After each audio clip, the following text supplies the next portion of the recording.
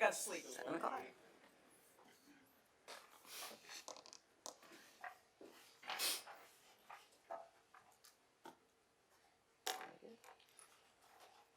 Okay, good evening. I would like to call the Planning Commission meeting for May 16th to order and ask you to please stand and join me in the Pledge of Allegiance.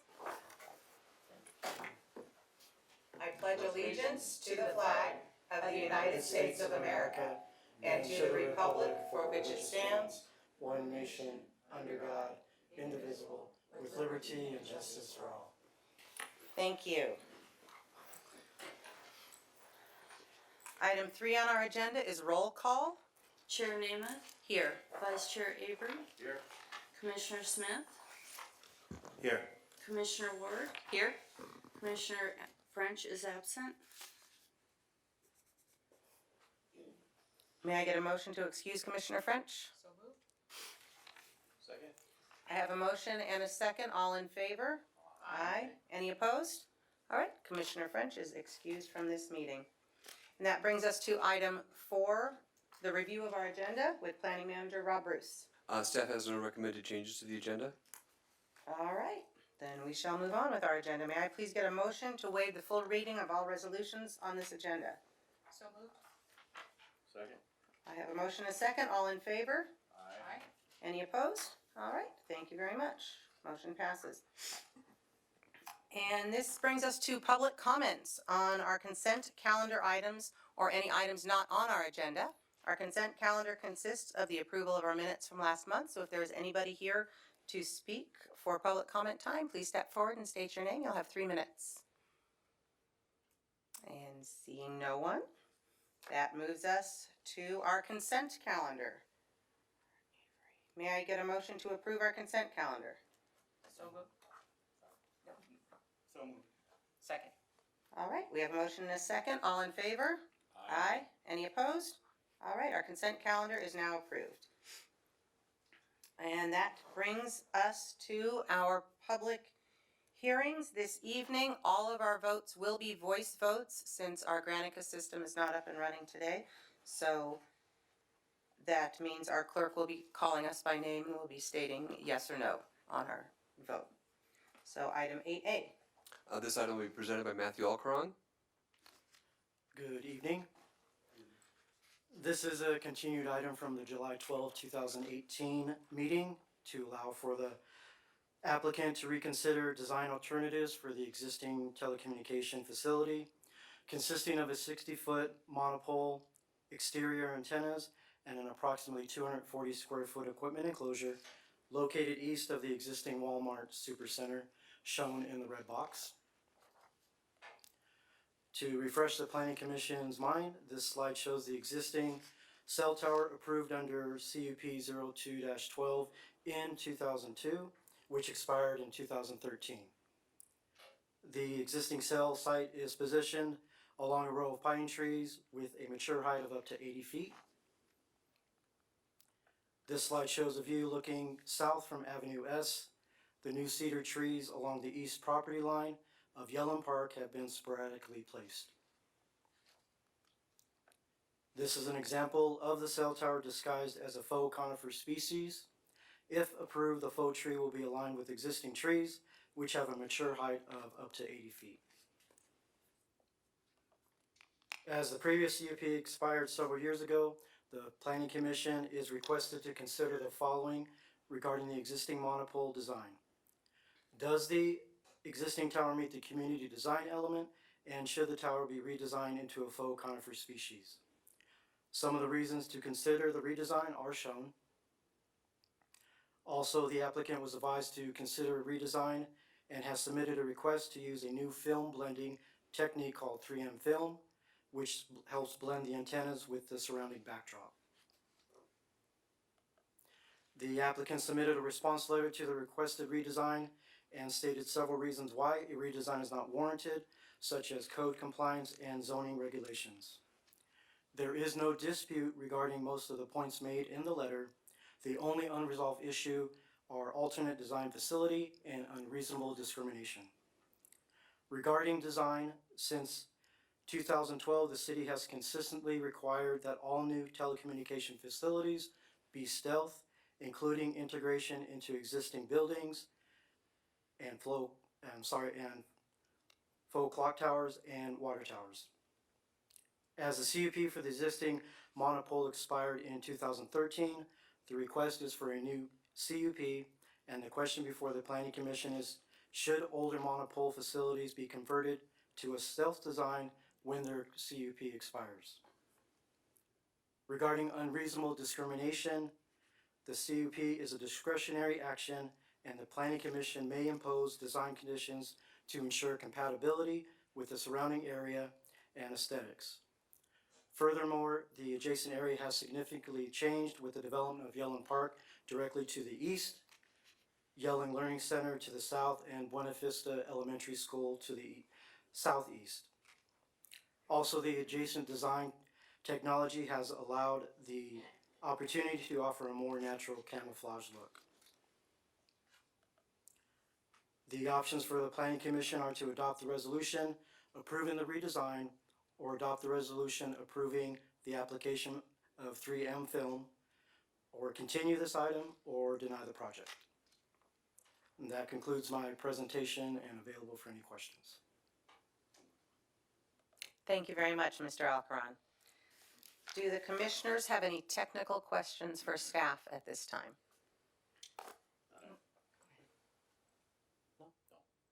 The existing trees that are there, they're at mature height now, correct? No, No. they will. No, the monopole is 60 feet tall, and those trees that are currently there will eventually reach a height of 80 feet. 80 feet, okay. Any other questions for staff?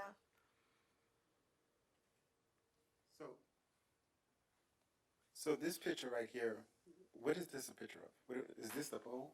That's a photo simulation. That's the photo stimulation? Which Right, one? that's what it would look like if it were converted to a it were conifer, converted. faux conifer. Okay. Okay, thank you. Do we have any images of what the 3M film does to a monopole? Not on this PowerPoint side. Okay, thank you. And also, how does a telecommunications facility CUP expire and remain that way for so long? Is that just, we don't track them, or?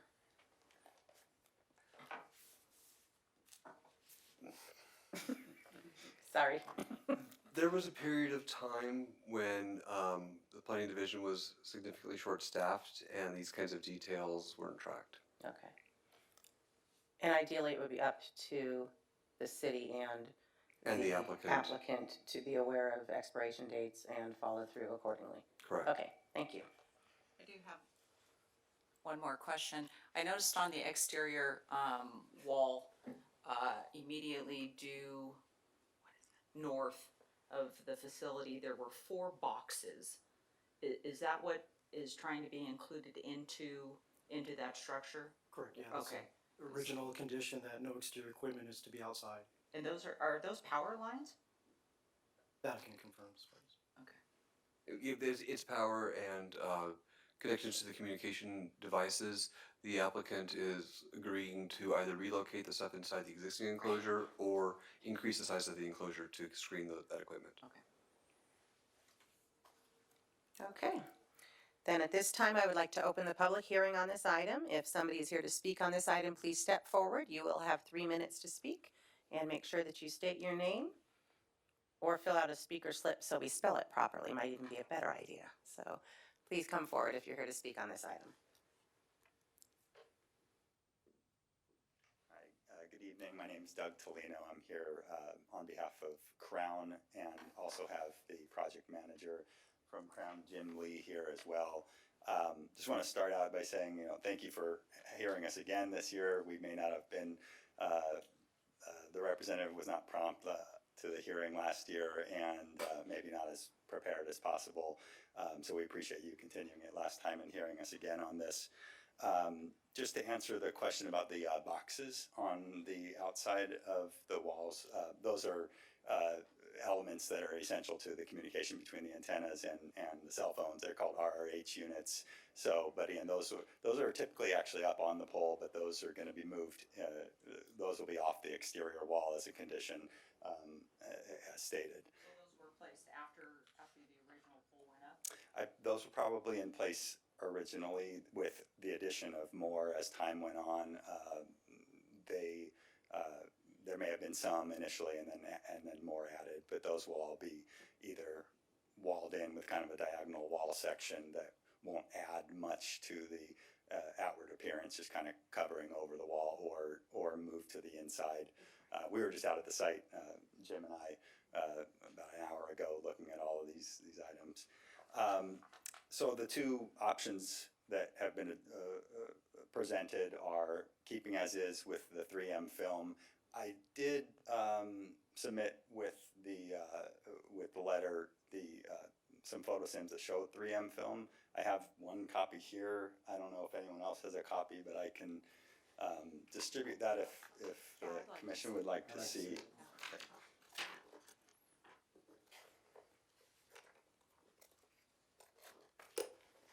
Just give me a moment here. Is it a picture or a map? It's photo sims like of the tree that you saw.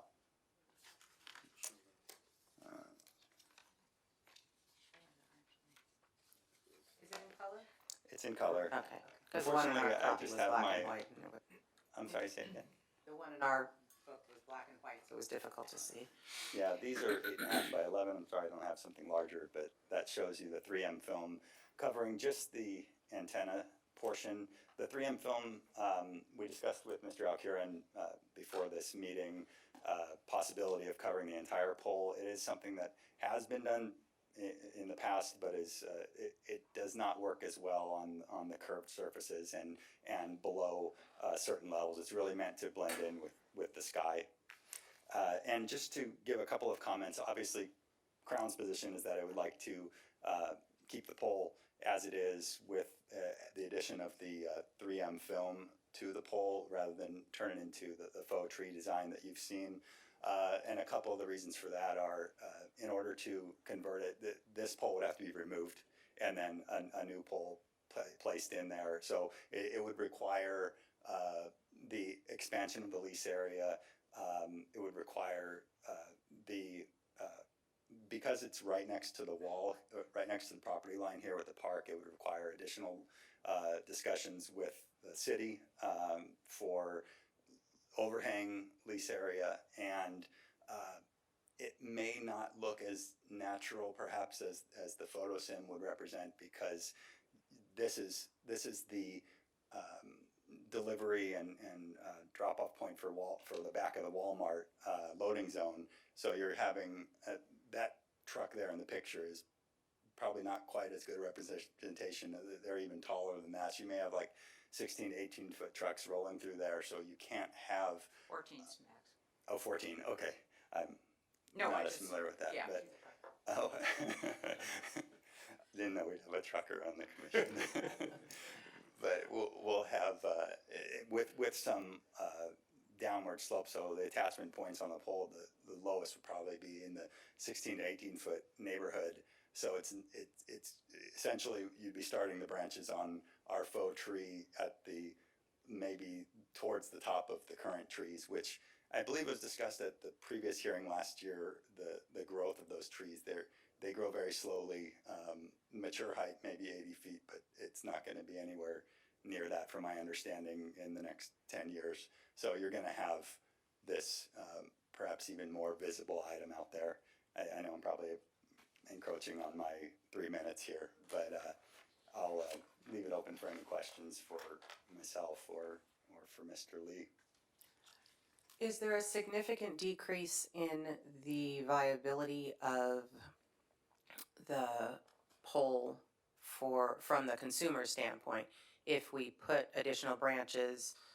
Does that decrease the distance that these are able to serve, or how does that work? It wouldn't necessarily decrease the distance, and you can sort of see it in the tree simulation. It would no longer be a slimline design. For the consumers, it's not a big difference. It's just a practical matter of of kind of getting to a different point. Walmart's a big business out there. They don't have a lot of incentive to work with Crown. Now that we haven't presented this to them, but we're anticipating if we did, they don't have a lot of incentive to go and just disturb their business for a significant amount of time while we go and move lease areas, expand lease areas, dig up the site, put in a new site. But as far as the consumer is concerned, it wouldn't be a slimline design anymore. It's going to be like a full array design, and not really much difference, to be honest, as far as the consumer is concerned, as long as we can maintain the antennas at their current rad level. Okay. Thank you. So it's your company that's proposing the 3M film? Yeah, we work for Crown, so we're their agent essentially for this project, and so we've presented in conjunction with Crown the 3M design as an alternative to make what we believe is already a pretty as stealthy as possible for the location 60-foot pole a little bit better. Just a quick question, and it may have already been answered from my colleague here. So I actually went to visit that, and when I went by there, the 4 boxes that was spoken of earlier, is there a plan for your company or for Crown to block that off so that doesn't have access to the public? Because I saw kids over there, and that can easily be something that might give them some kind of curiosity to want to play with. Right, yes, and that would be, no matter what design is approved, that would be a condition, is that those boxes either removed, moved to the inside, or walled off. Walled off, okay. Thank you. Any other questions for the applicant? Okay, thank you very much. Thank you. Is there anybody else here to speak on this item? And get a motion to close the public hearing? So moved. Second. I have a motion and a second. All in favor? Aye. Any opposed? All right, the public hearing on this item is now closed. All right, commissioner discussion.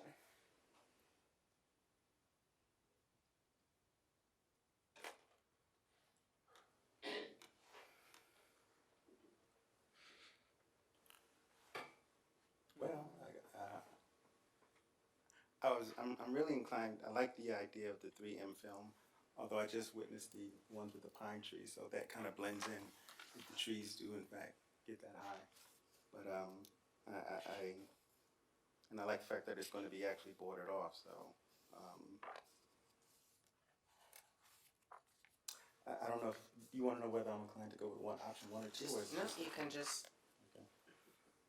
No, not yet. The trees excite me. The pine leaves excite me. So I don't know. We'll see.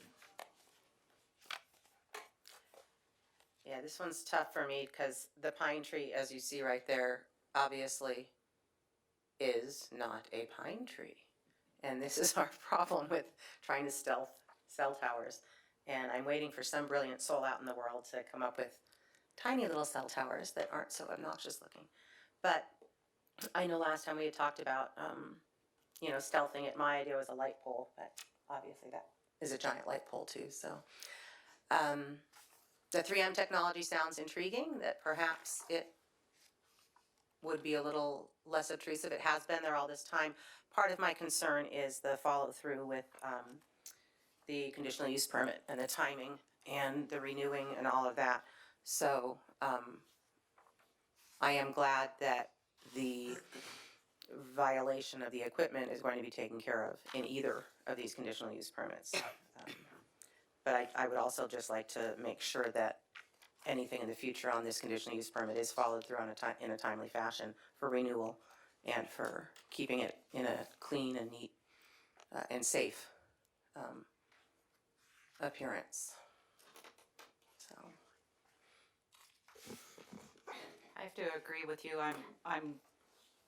I don't like the design of the tree. I don't think it blends well. I think it's something that stands out more to me and more particular than the cell tower does, especially when I go over to Yellen Park and then I look over the other way and then there's the lights for the facility there. So to me, I guess maybe I'm just immune to seeing cell towers, and it's not something that's, especially because we haven't done and I say we, the industry hasn't done a good job as far as what to, except for our lovely water towers and those kind of designs that tend to blend in a little more than a tree, because I hate to see a pine tree someplace where it's not native to the area, or it just doesn't blend in with the area at all.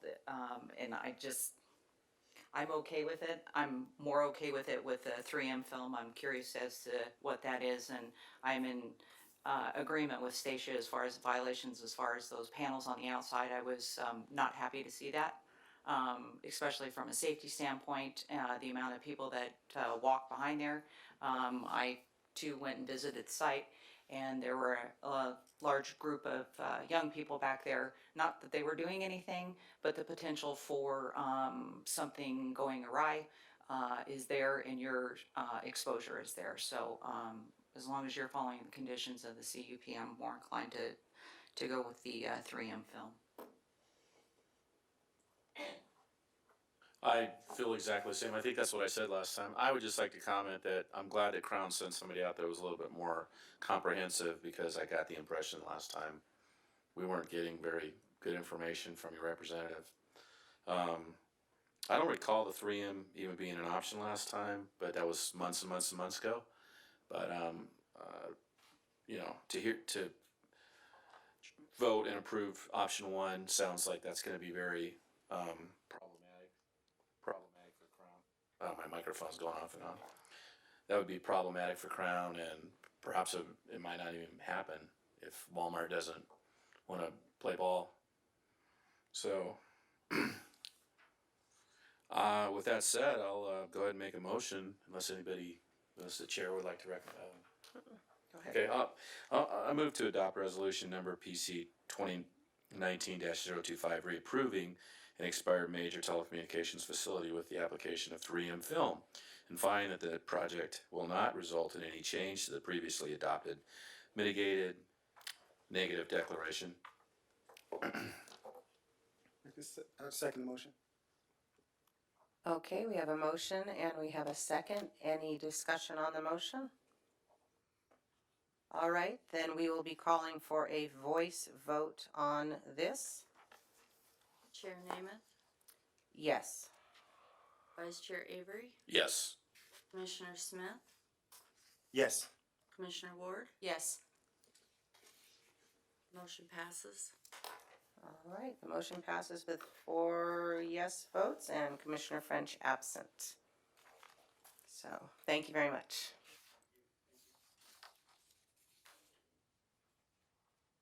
And that brings us to item 8B. This item will also be presented by Matthew Alcaron. Good evening. The applicant Civil and Design Drafting has submitted a request for a 3-year time extension to a previously approved track map. The track is shown here in between 70th Street West and 75th Street West, and north of Avenue M8, and just south of the existing residential track to the north. The track map shows the subdivision into 155 single-family residential lots. All the lots meet the minimum lot width, depth, and area of the Palmdale Municipal Code. It does show the existing and proposed street access as well. So the options for the Planning Commission are to adopt the resolution approving the track map time extension, or continue this item, or deny the project. Option 1 is recommended. That concludes my presentation and available for any questions. Thank you very much, Mr. Alcaron. Are there any technical questions for staff at this time? Yes, just one question. At some point, this project was incomplete, and just wanted to know what did they have to do to actually come up to par to make it complete? This particular map was incomplete with not a current engineer stamp. Not what? A current engineer stamp on the plan. The engineer's stamp was engineer's not stamp. on there. Oh, okay. That was the only thing that made it incomplete? It can be the littlest thing sometimes. Okay, Thank you. then I would like to open the public hearing on this item. If anybody is here to speak on this item, please come forward and state your name, and you'll have 3 minutes to speak. Good evening, Commissioners. My name is Dennis Hunter. I'm here representing Civil Design and Drafting, as well as the owner of the Feely Family Trust. I have no specific comments, but I'm here if you have any questions that I can answer. Thank you very much. Thank you. Does anybody have any questions for the applicant? Are you close? Any movement up there since the track that's due north of you started building? Yeah, we're looking possibly second quarter of 2020 to hopefully start construction. Nice. I hate to lose my field that I walk in, but it's a nice piece of property right there. Thank you. All right, thank you very much. Is there anybody else here to speak on this item? All right, may I get a motion? Move to close the public hearing. Second? I have a motion and a second. All in favor? Aye. Aye. Any opposed? All right, the public hearing on this item is now closed. Commissioner discussion. If there is no discussion, may I get a motion? I'd like to make a motion to adopt resolution PC-2019-020, approving tentative track map 60431, time extension number 2, and find that the project will not result in any changes to the previously adopted mitigated negative declaration. I'd like to second the motion. I have a motion and I have a second. Is there any discussion on the motion? All right, then we shall call for a voice vote. Chair Namath, Yes. Vice Chair Avery, Yes. Commissioner Smith, Yes. Commissioner Ward, Yes. motion passes. All right, the motion passes 4-0 with Commissioner French absent. Thank you very much. That will bring us to item 8C. And this will be presented by Megan Taggart. Thank you. Good evening, everyone. Good evening. The proposed zoning ordinance amendment would amend chapters 1787, 1742, 1743, and 1744 of the municipal code to modernize parking and laundry standards for multifamily residential development.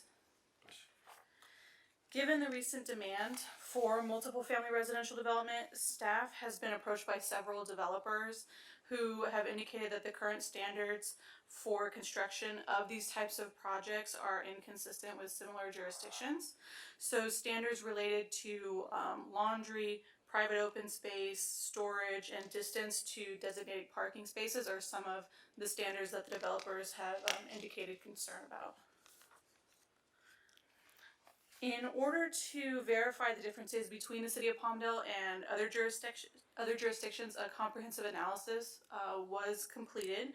The analysis reviewed development standards for lot dimensions, lot width, lot area, lot coverage, height, setbacks, basically all of the standards. Trash collection, laundry facilities being some of them, and parking. It also included analysis of amenities for 6 cities that are similar to the city of Palmdale. The analysis concluded the only development standards related to laundry facilities and parking were significantly different than these other jurisdictions.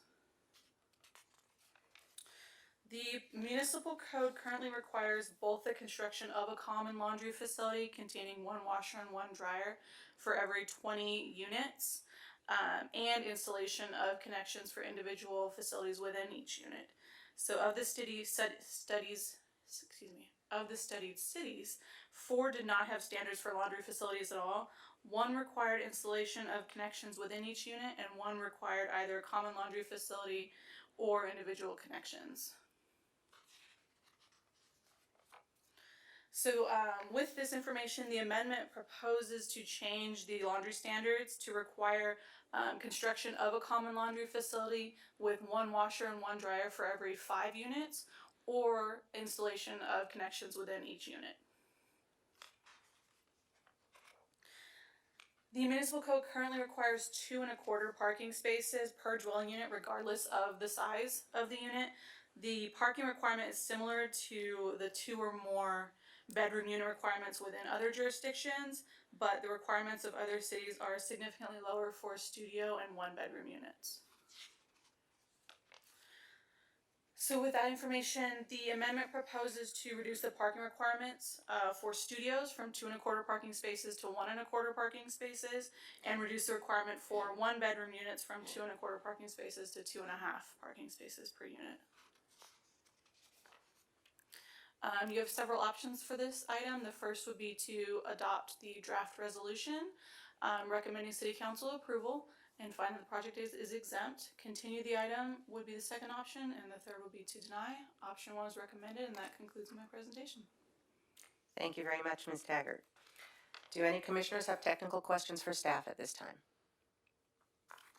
Just for clarity purposes, so this would regard any upcoming, future projects? Correct. Nothing existing right now? No. And I guess my concern is no visitor parking. I don't understand that matrix at all. That's fine. So the way our code is currently, it calculates visitor parking into the parking ratio. So you'll see some of the cities say 2 parking spaces for 2 or more bedrooms, and then it has a separate category for guests, which is 1/4 of a space per unit. So instead of separating it out, we just included it all together. So studios would actually require 1 parking space, and then the 1/4 space accommodates any guests that they might have. Okay. I was trying to figure out what is a 1/4 space and how do I park it? And I knew there had to be some formula, but I was like, where's visitor parking and how do we incorporate that in there? Because it says none. And I know. I'm not quite sure what we're looking at. So I mean, in general, it's 1 for every 4 units. Is the way it evens out across the board. And the code provides that if we end up with a portion of a space, we round up. Okay. Okay.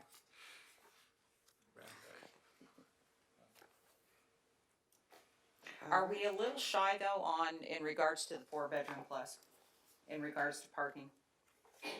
Because we're showing 2.25. The industry is going towards reducing parking across the board. I get that, but this is a community that, I know where they're heading, I know public transportation, I get that, but the reality is that I'm assuming with a 4-bedroom home, you've got 2 parents probably both working, probably each have a car, a child in the mix there that's probably gonna be driving soon. So need for a 3rd one, so that's where, the 4 bedrooms where I probably start to, Well, also our experience is very rarely do we see rental units at that size. Yeah. They're predominantly studios, 1 and 2 bedrooms. It's rare to see 3 and 4 bedroom units. okay. And when we do, they're probably 10% of the units maybe. In regards to the washer and dryer, I think that's a great, my dad lives out at Mayflower Gardens and there's, 1 unit or 1 facility available for 5 apartments, and that seems to be a nice ratio, and nobody's waiting in line, so to speak. Okay, we have no more technical questions, and we shall open the public hearing on this item. If anybody's here to speak on this item, please come forward and state your name.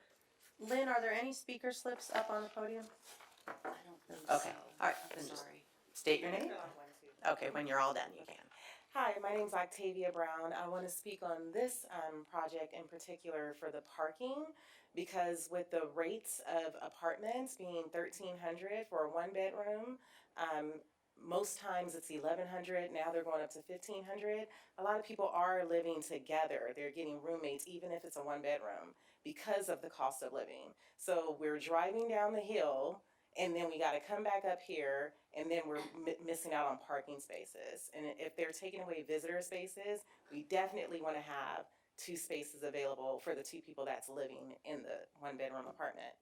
And that's my confusion, Yeah. so where I spoke and said there was no visitor parking, it says none here, but actually the matrix of how they divided it up, in and quote, make sure I'm saying this right, when they say we're gonna give 2.25, that 0.25 is the added bump for the visitor parking, if that makes any sense at all. No, and I totally understand. Right now, it's great, but Okay. they're saying they want to move to 1.5 or 1.25. If you go back on the PowerPoint, yeah, because the industry is going down, which is very true. Right. For 1-bedrooms and studios, But being that here in the Antelope Valley, people are moving out here, but still driving down the hill to make more money since the jobs out here aren't paying as much. If we go down and take away that 2.25 that we currently have in the Antelope Valley, that means that people that are rooming with other people that have 2 cars, we're gonna be missing out on that possibly. And then let a visitor come over, you know, especially for college students. So I'm thinking about just the overall, what's happening now for apartments here, how people are moving in together, so. Thank you very much for your comments. Is there anybody else here to speak on this item?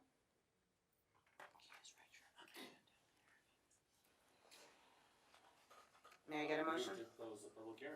Second? I have a motion and a second, all in favor? Aye. Any opposed? All right, the public hearing on this item is now closed. Commissioner discussion. I just think that, that if you've got developers coming to you and this is what a standard is, I think, I appreciate staff going out and taking a look at this. I mean, if this is what seems to be working and I understand your concern, my concern, but at the same time, if this is how we're gonna attract builders here to the Antelope Valley, and these are the standards that other communities are meeting and they're working, then I applaud staff for taking a look at this and bringing this to us, so. And I would like to say, in regards to Ms. Brown's concern, fortunately, this will not affect existing facilities. So you might not want to move into one of the brand new ones it's built. But this does not affect anything that's already developed, correct? So get that on the record, correct? Microphone. That's correct, unless the project were to want to expand, Okay, so if there were major modification, major addition, right, they then would be it able would to take affect care, it, they yeah. would take advantage of the new standard. Okay, so it will not affect current existing Would that locations. come back, would that come back here? to Yes, this commission yes, if it they would. wanted to expand? Okay, and I would like to congratulate whoever had to do that matrix, because that looked really tricky, so, impressive. Yeah, I actually want to commend the staff for the comparison. I thought that was really good. And I certainly understand the concern from the community resident, Octavia, Ms. Brown.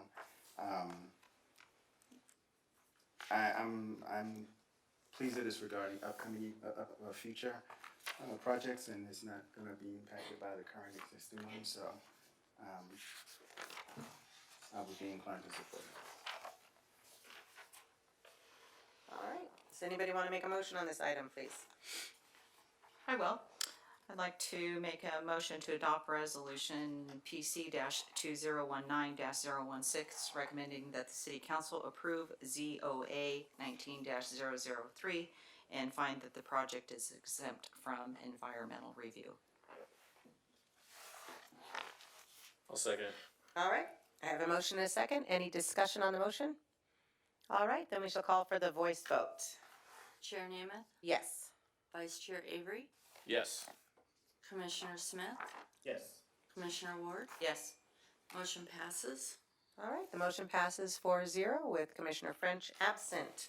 Thank you very much. That brings us to item 9, staff communications. Well, hello again. Hi there. On the dais, we passed out the preliminary agenda for our next meeting. It will also probably be a relatively quick meeting. We've got a time extension and some interesting projects. Coming later into the summer, we will be bringing forward, if all goes well, some larger, more complex projects that will be very interesting. A planned development project that includes mixed use, multifamily, and ownership units. And maybe even a second one if they can get all their ducks in a row in time. All right, Mr. Doran? Thank you. First off, I want to thank the commission for adjusting their schedule this month to accommodate my attendance at the City Attorney's Conference. It was a really good conference this year, and I'll be bringing back some information that I learned there at a future training. With regard to training, that's going to be kicking back up again. As a coming attractions, the next training will be the pitfalls of social media for elected and appointed officials. And then thereafter, I'm going to provide an update on telecommunication facilities. Recently, we've been doing, one-on-one or two-on-one trainings, and I think that's fostering more questions and communications. So I'm inclined to provide the training that way in the future. However, if the commission would prefer me to do it at a meeting after the normal business, I can do that. Okay. Anyone have a strong feeling on that, one way or the other? I do. I like the I prefer to meet with you before our meeting. Okay, so I will schedule those either before the meeting, or if you're not available, I can accommodate your schedule. during And the that week works also. for you well enough that it's not too intrusive into your schedule? Absolutely, works great. Because I've enjoyed that as well. Okay. So. Okay, thank you very much. All right, item 10, Planning Commission Communications. I just want to say that I was at Homes for Families over the weekend. This planning commission approved that. I was fortunate enough to be there with my mom over Mother's Day building walls. It was a joy to be there.